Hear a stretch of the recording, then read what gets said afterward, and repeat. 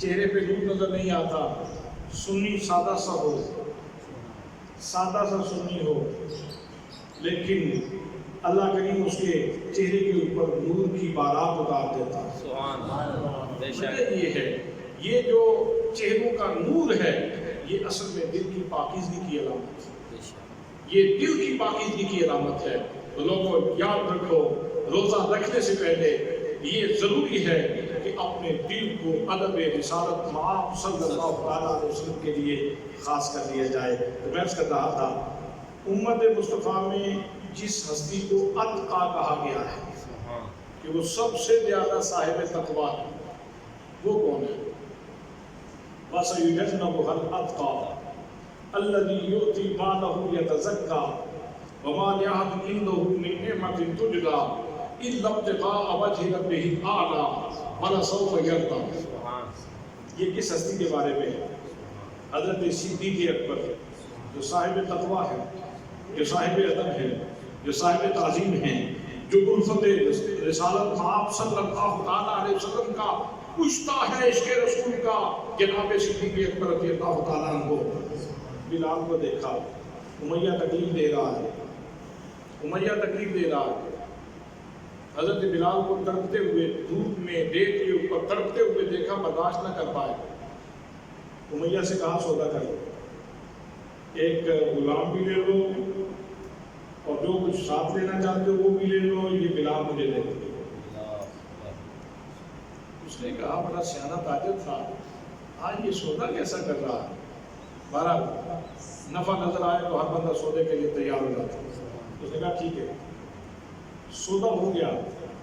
جزیات میں زیادہ تفصیلات میں جانے کی ضرورت نہیں، آمدن بسر مطلب حضرت صدیق اکبر رضی اللہ تعالیٰ عنہ نے بلال کو خریدا۔ کیوں خریدا؟ کالا چہرہ دیکھ کے، موٹے ہونٹ دیکھ کے، غلام دیکھ کے، حبشی دیکھ کے، کام کرنے والا دیکھ کے، محنت کرنے والا دیکھ کے، جہد مسلسل کرنے والا دیکھ کے، حضرات محترم جناب صدیق اکبر رضی اللہ تعالیٰ عنہ نے حضرت بلال کو خریدا ہے تو فقط اس وجہ سے خریدا ہے کہ بلال کے سینے میں مصطفیٰ کا پیار ہے، بلال کے سینے میں مصطفیٰ کا پیار ہے، اس لیے سودا کر دیا۔ یہ دنیا تو اس کے فقط ظاہر کو دیکھتی ہے، اس کا باطن تو چاند سے بھی زیادہ روشن ہے، اس لیے کہ اس میں مصطفیٰ کریم صلی اللہ تعالیٰ علیہ وسلم کی محبت موجود ہے۔ بے شک، بے شک، بلال کو خریدا، بارگاہ رسالت مآب صلی اللہ علیہ وآلہ وسلم میں حاضر ہوئے۔ میرے آقا کی خدمت میں حاضر ہوتے ہی جا کے خوشخبری تھی، میرے آقا میں آپ کے بلال کو خرید کے لے آیا۔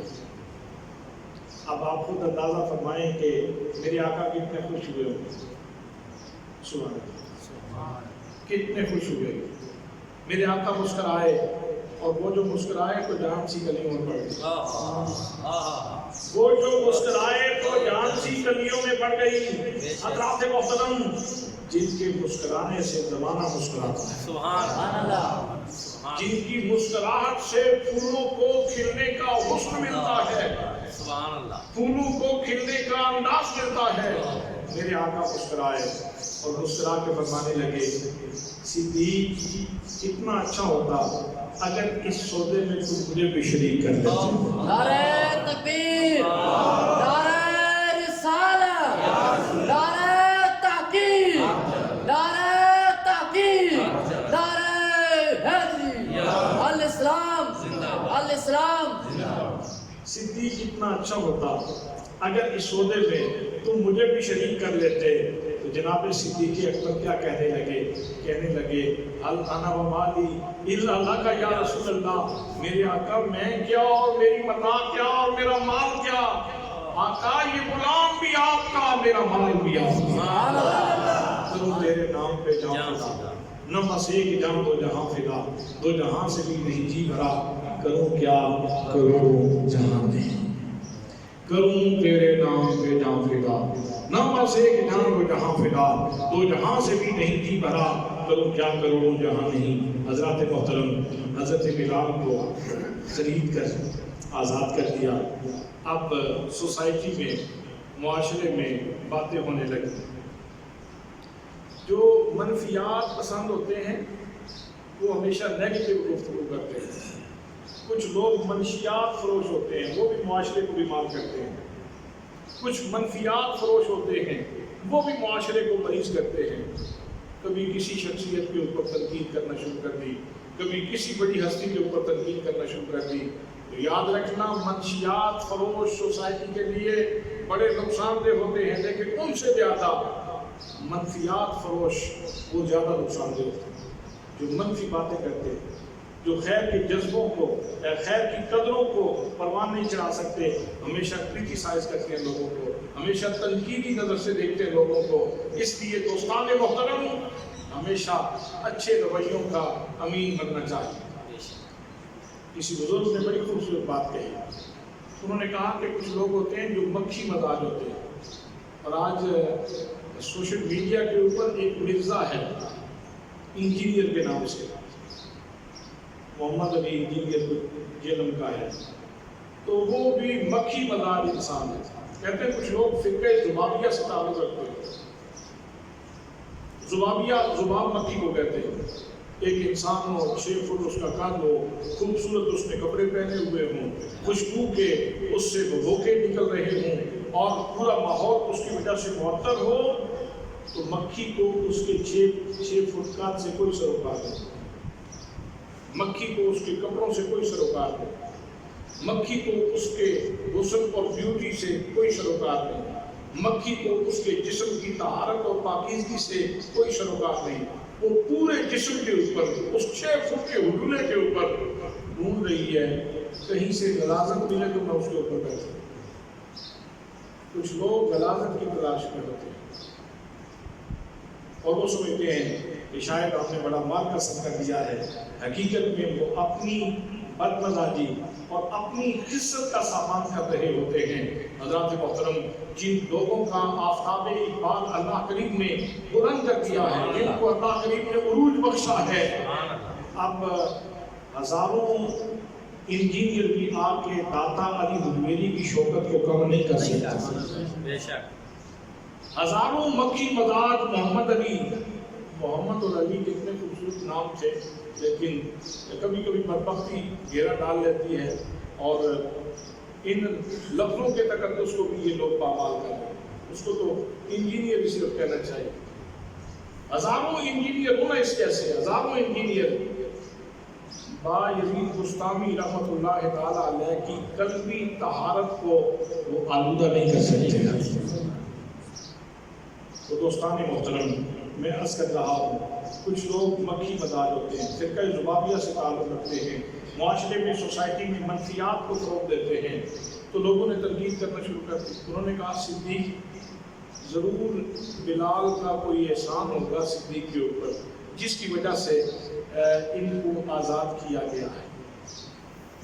جب حضرت صدیق اکبر کے اخلاص کے اوپر، ان کی محبت کے اوپر تان کیا گیا، تشریح کیا گیا، تیر برسائے گئے، صدیق کے اخلاص کے اوپر اعتراض کیا گیا، اب یوں بھی ہو سکتا تھا میرے آقا فرماتے عمر تم لوگوں میں صدیق کے اخلاص کا اعلان کرنا،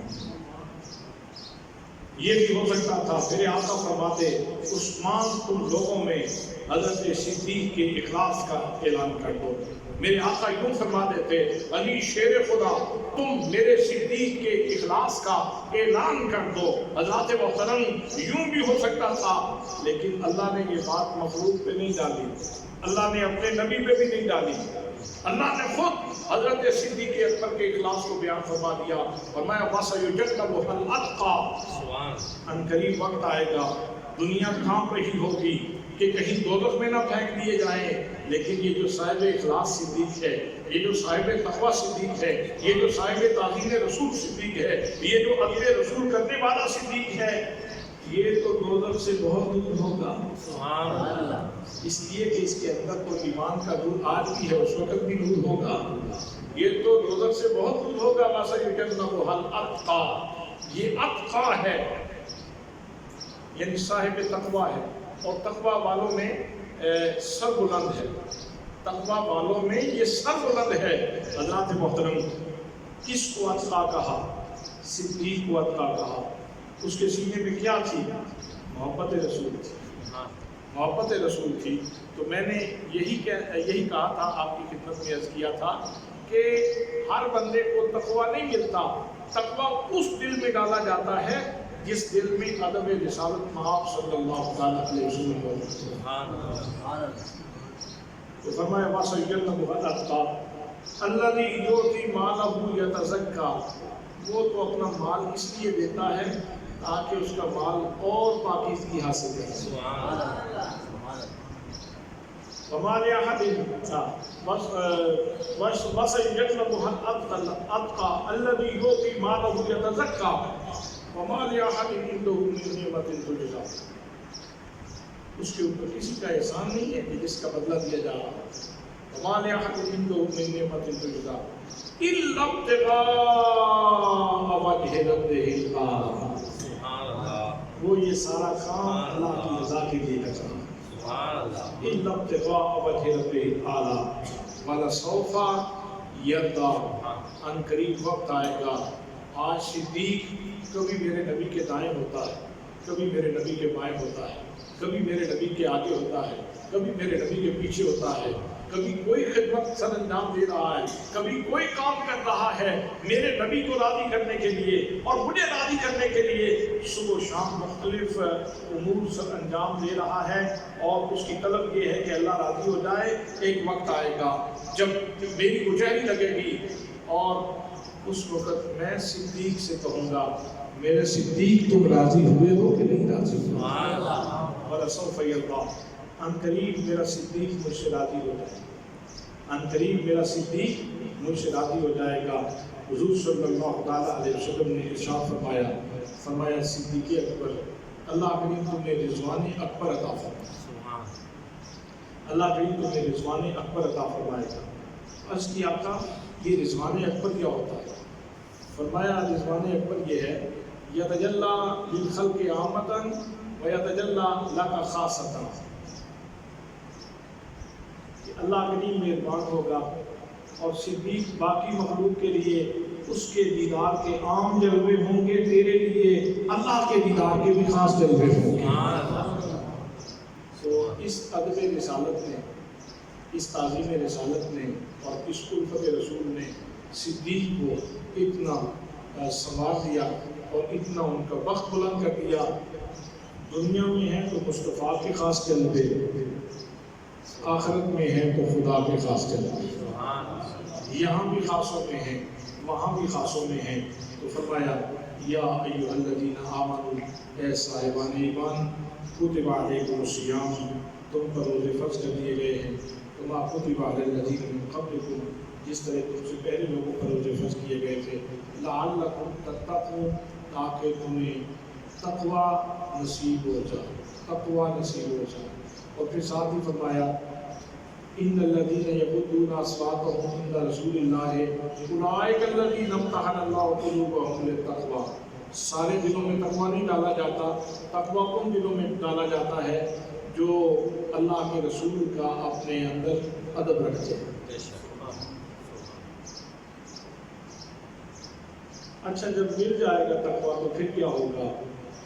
پھر ہوتا کیا ہے؟ فرمایا ان اکرمکم عند اللہ اتقاکم، پھر میں رب اعلان کر رہا ہوں کہ تم میں سب سے زیادہ عزتوں اور رفعتوں اور مقام کا مالک وہ ہے جس کے پاس جتنا تقوی موجود ہے۔